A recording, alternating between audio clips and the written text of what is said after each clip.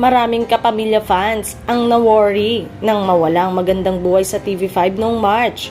Mula nga noon ay puro replay ang mga episode na pinapalabas sa mga natitira nitong channel, ang Kapamilya Channel at A to Z.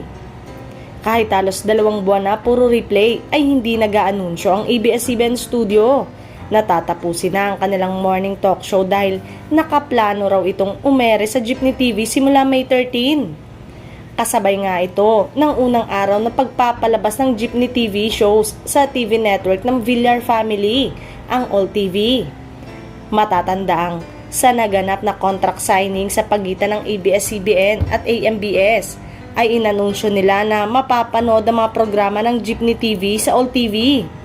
Naibalita na ring last week na nagbalik na sa taping ang host ng programa na sina Julina Magdangal at Melay Cantiveros.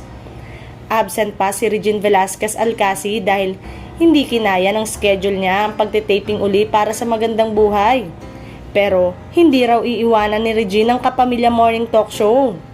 Maaalalang marami ang nagulat nang hindi napanood ang Kapamilya Morning Talk Show na Magandang Buhay sa TV5 at walang abiso at ang alam lang ng marami ay mapapanood na ito sa bago nitong time slot na 6 AM sa kapatid network, ngunit ibang ipinalabas sa programa dito.